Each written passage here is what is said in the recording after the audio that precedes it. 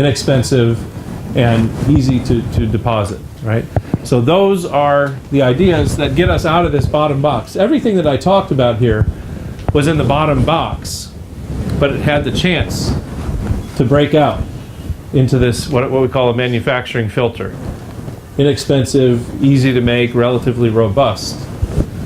So I'm encouraging you not just to think about testing something, but to make your materials so that they can actually propagate out from where you are. So with that, I will close my lecture and thank you again, and take any questions. So, in literature, people prefer to calculate the capacitance from the charge-discharge curves. People tend to calculate capacitance mostly from the CV curve, not from charge-discharge, because charge-discharge has sort of a changing slope to it, so it's a little bit more difficult. I've seen in some papers, so actually which is better, or I mean the capacitance is almost equal if you calculate from both of these? Well, first point is you should do both tests, and they should give you very similar results, okay? But I think that calculating the full CV curve is the best way to say this is the capacitance of this device at this scan rate,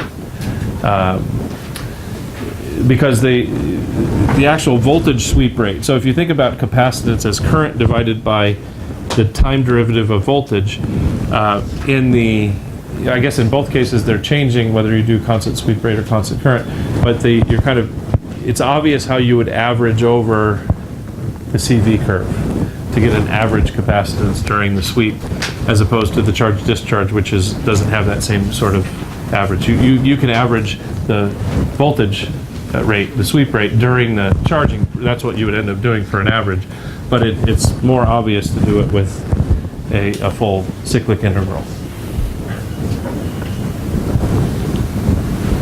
Yes? Okay, in the table you have talked about capacitance, and where there are two materials, one is anhydrous ruthenium oxide and another one is hydrated. So you say that the capacitance for hydrated one is around 1300, right? Yeah. So what's the reason behind that? Right. So in this case, when you have hydrated ruthenium oxide, what happens in essence, I mean, you can see it's better on both counts, is that there's, I think, in part, there's a surface wetting effect. You're using more of the material, and the surface wetting is more effective.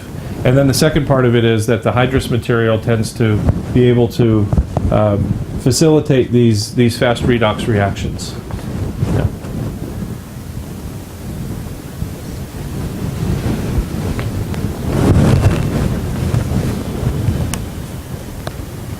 If there are no more questions, I'll thank you, and we will break for lunch. We'll come back this afternoon and talk about electrochemical impedance spectroscopy.